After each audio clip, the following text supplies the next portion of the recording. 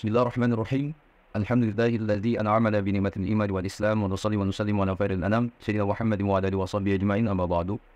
Azabiku semua, akhir-akhir ini netizen tengah diramaikan dengan sosok Abuya Ghufron Al-Bantani alias Mbah Ghufron di media sosial. Pria yang bernama Asli Ius Sugiman ini disebut-sebut telah menulis 500 kitab dalam bahasa Suryani. Masya Allah, 500 kitab. Dalam sebuah potongan video, Mbah Ghufron mengatakan bahwa ada yang memancing dirinya untuk membuktikan 500 kitab berbahasa Suryani yang telah dikarangnya. Namun beliau enggan untuk memperlihatkan 500 kitab tersebut kepada publik. Nah, ketika Mbah Ghufron menolak untuk menunjukkan 500 kitab berbahasa Suryani karangannya, beliau mengucapkan kata-kata bahasa Arab yang tidak dimengerti. Sebagian besar kata-katanya berbunyi makoni.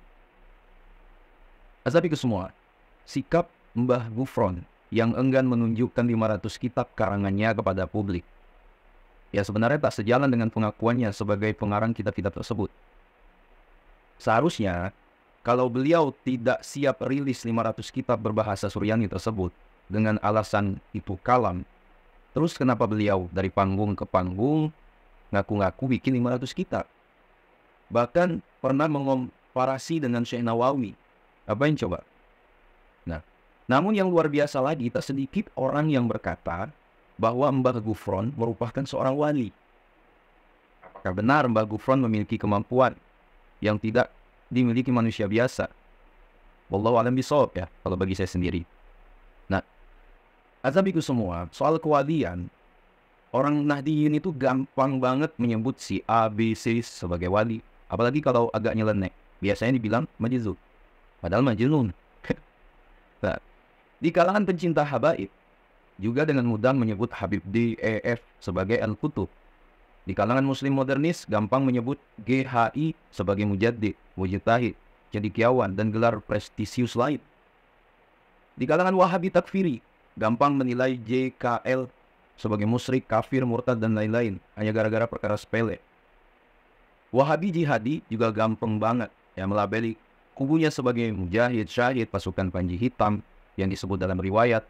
Juga gampang menyebut di keluar kelompoknya sebagai tauhid, setan, lanatullah, alaih, kafir, halal darahnya, dan lain-lain. Ya, ini gejala sampingan kok. Soal waliullah kutub, apalagi ghaus, mujaddid, mujahid, dan asumsi takfir, tentu saya pribadi nggak gampang percaya sedikit semua. Kalau ada sesama santri bilang kalau gurunya atau kiai A misalnya sebagai waliullah, saya iakan saja biar plong, lega, percaya. Tunggu dulu, itu perkara lain. Toh dipercaya atau enggak, identitas waliullah itu urusannya sama Allah. Bukan pada level dipercayai manusia. Level pengakuan duniawi ini enggak bakal mempengaruhi level rohaniyahnya di hadapan Allah. Ya. Yang saya jumpai, ada beberapa orang yang memang ingin dianggap wali oleh pengikutnya. Ya. Biasanya memang menampilkan profiling pribadi yang wow ya, secara penampilan. Ditambah gelar-gelar agamis, disertai dengan cerita mistis dan ajaib. Juga pada deretan keramat-keramat yang dimiliki. Ya, uniknya biasanya orang-orang begini menggunakan teknik sulap. Teknik sulap, alat sulap, manipulasi penglihatan, gerak cepat tangan, juga main kontrol. Tak percaya kalian? Kasus Kanjeng Dimas taat pribadi adalah contoh. Pengikutnya percaya kalau dia punya karomah, menggandakan fulus, juga keajaiban lain. Ya, selevel marwah Daud Ibrahim yang pendidikannya tinggi saja menjadi pengikutnya. Ya, sahabat saya yang alumni pondok besar saya juga pernah terpukau oleh aksi pria itu. Ya, apalagi masyarakat awam. Ya, dan kemudian terbukti beberapa aksi karomahnya menggunakan teknik sulap, didukung dengan peralatan canggih dan unik para magician. Ya. Perkakas begini banyak dijual di toko alat sulap. Juga bisa dipesan ke toko daring kok. Ya. Soal asumsi itu bisa dipelajari menggunakan pendekatan psikologi. Nah, tapi itu semua berkaitan dengan atraksi ajaib. Ya, itu bisa dilihat dari dua perspektif. Jika yang melakukannya adalah magician, maka disebut sulap dan dapat tepuk tangan hadirin. Kalau yang beratraksi itu seseorang yang dikasih panggilan kiai, syekh, habib, imam oleh pengikutnya, maka dipertunjukkan itu disebut karomah. Ya. Kalian bisa perhatikan sendiri di channel YouTube ada beberapa gus yang melakukan aksi magis. pakai gerakan ini itu biar meyakinkan, tarik nafas, lalu hembuskan tenaga, dan kemudian botol air mineral di depannya berasap dan meledak, diklaim sebagai tindakan membakar jin. Naga, enggak. Ini teknik sulap menggunakan cairan kimiawi. Demikian pula dengan penyaluran tenaga dalam ke kertas. Ya. Lalu kertas kosong tiba-tiba terbakar. Ya.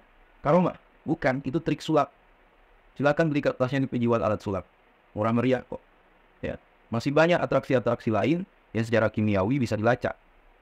Wilayahnya masih fisika, bukan metafisika. Ya. Bukan metafisika. Nah, saya pikir semua teknik semacam ini dipakai untuk meyakinkan alam bawah sadar para pengikutnya kalau sang guru memang benar-benar wali. Karena sudah kebelet diakui dalam makom ini. Atau minimal diakui sebagai orang istimewa. Ya. Biar tidak menyinggung dan menyindir. Ya. Cara yang digunakan oleh Sir Henry Blackwood dalam Sherlock Holmes tahun 2009 dan Profesor James Moriarty dalam sequel film ini adalah gambaran betapa perasaan dan alam bawah sadar manusia gampang ditaklukkan oleh sesuatu yang amazing. Ya. Nah, saya pikir semua, apakah saya tidak percaya waliullah? Ya jelas percaya. Karomah, tentu saja percaya. Tapi nggak usah gampang terpikat dengan segala sesuatu yang tampak memekau. Biasa saja. Ya, walaupun ada teman kalian yang cerita kalau dirinya bertemu Rasulullah ya, di alam mimpi, bahkan menjumpai Nabi Khidir alaihissalam, ya diiyakan saja. Ya, soal percaya itu urusan lain. Ya. Nah, dalam istilah Kiai Hanif Abdul Ghafir, ya, itu mengatakan karomah yang nyeleneh itu ada. Ya. Tapi jangan dibelokkan menjadi kesimpulan aneh bahwa setiap penyelenehan adalah karomah. Nah, ya saya pikir semua dari sini saya tampak ya sebagai Nahdiyin yang rasional ala Muhammadiyah.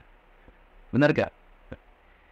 Nah, saya pikir semua, Abah Guru Sekumpul itu juga pernah berpesan tentang karomah. Ya, beliau memberikan pesan agar kita tidak tertipu dengan keanehan dan keunikan. Ya. Menurut beliau, bagaimanapun juga karomah adalah anugerah, murni pemberian, bukan suatu keahlian atau kemahiran. Karena jangan pernah berpikir atau berniat untuk mendapatkan karomah dengan melakukan ibadah atau wirid-wiridan. Ya. Abah Guru Sekumpul menegaskan bahwa karomah yang paling mulia dan tinggi nilainya adalah istiqomah di jalan Allah itu sendiri. Ya. Saya pikir semua dimuliakan Allah. Karomah adalah apa yang Allah karuniakan melalui tangan para walinya yang mukmin berupa keluar biasaan seperti ilmu, kekuasaan dan lainnya. Ya. Syarat diberikannya karomah yaitu orang yang diberi karomah tersebut istiqomah dalam iman dan mengikuti syariat. Jika tidak demikian, maka yang berlaku padanya adalah keluar biasaan wali-wali syaitan. Ya, tetap tertera dalam kitab At-Tanbihatul Latifah, itu alam 98. Nah, asal itu semuanya saya kasih tahu ya. Sehebat apapun kejadian luar biasa yang dipertontonkan para dukun, ya, tidak bisa dikatakan sebagai karomah. Ya, dan pelakunya tidak bisa dikatakan sebagai waliullah. Sebab banyak perbedaan antara sihir dan perdukunan dengan karomah. Ya. Pertama, sihir dan perdukunan terjadi dengan bantuan syaitan. Sedangkan karomah biasanya adalah kebetulan. Yang kedua, sihir dan perdukunan itu dilakukan orang fasik. Sedangkan karomah dari orang soleh yang konsisten dalam beragama. Ya. Nah, ketiga, sihir dan perdukunan melakukan pelanggaran-pelanggaran syariat berupa kekufuran dan kejahatan. Sedangkan karomah tidak mungkin demikian. Ya. Nah, saya pikir semua yang dimuliakan Allah terkait ucapan Maqali yang dilontarkan oleh Mbak Gufron, itu Ustaz Abdul Somad mengatakan ya, kata Maqali itu tidak ditemukan dalam kitab. Ya, selain itu Ustaz Abdul Somad juga menuliskan bahwa kata yang paling mendekati Maqali itu adalah Makgeolli, minuman beralkohol asal Korea yang mengandung ampas beras. Ya, karena penasaran tidak ketemu di kitab, coba cari-cari di internet. Makoli, macoli, sepertinya yang agak mendekati adalah Makgeolli, arak beras. Nah, kalau kita cari lagi ya sahabat semua, ya kitab Injil merupakan kitab ketiga yang diturunkan oleh Allah Subhanahu wa taala kepada Nabi Isa alaihissalam. Kitab yang menjadi petunjuk hidup umat Nasrani itu mulanya ditulis dalam bahasa Suryani. Ya, yang berisi tentang perintah untuk mengesahkan Allah Subhanahu wa taala, membenarkan keberadaan kitab Taurat, menghapus beberapa hukum Taurat yang tak sesuai lagi dengan perkembangan zaman, dan berita kedatangan Rasulullah Shallallahu Alaihi Wasallam. Ya, nah dalam perjalanan dakwah, Nabi SAW selalu memberi peringatan kepada umatnya untuk menaati hukum-hukum yang telah ditetapkan oleh Allah Subhanahu Wa Taala, serta tidak terlena dengan dunia. Nah, saya pikir semua bahasa Suryani itu merupakan bahasa Suriah yang pernah dituturkan di wilayah Bulan Sabit Subur dan Arab Timur. Ya, meski bahasa Suryani bukan bahasa Arab yang berdialek Suriah, ya, bahasa Suryani turut ya memberi pengaruh terhadap bahasa Arab. Ya. Nah, bahasa Suryani kini dituturkan oleh kaum minoritas Kristen Syria yang bermukim di sebelah timur Turki, sebelah utara Irak, dan sebelah timur laut Suriah. Betul. Nah, saya pikir semua dimuliakan Allah. Maqali, inna maqali fa maqali. Ya, demam bahasa Suryani. Ya, tapi awam bahasa Al-Quran. Ya. Lagi ngetren-ngetrennya kan bahasa Suryani. Dan saya pikir semua setelah kita ketahui, ternyata bahasa Suryani bukanlah turunan bahasa Arab dan bergaul dengan mereka. Justru saat ini, ya, Suryani merupakan bahasa agama lain di sekitar Suriah. Ya, seharusnya, hendaknya, kita itu lebih peduli dan perhatian pada bahasa agama kita. Ya, bahasa Al-Quran. Ya, dengan belajar bahasa Arab, insya Allah kita akan lebih banyak ya mempelajari Al-Quran dan hadis. Ya. Saya pikir semua jangan sampai kita lupakan bahasa Quran ya. Itu. Keprok atuh.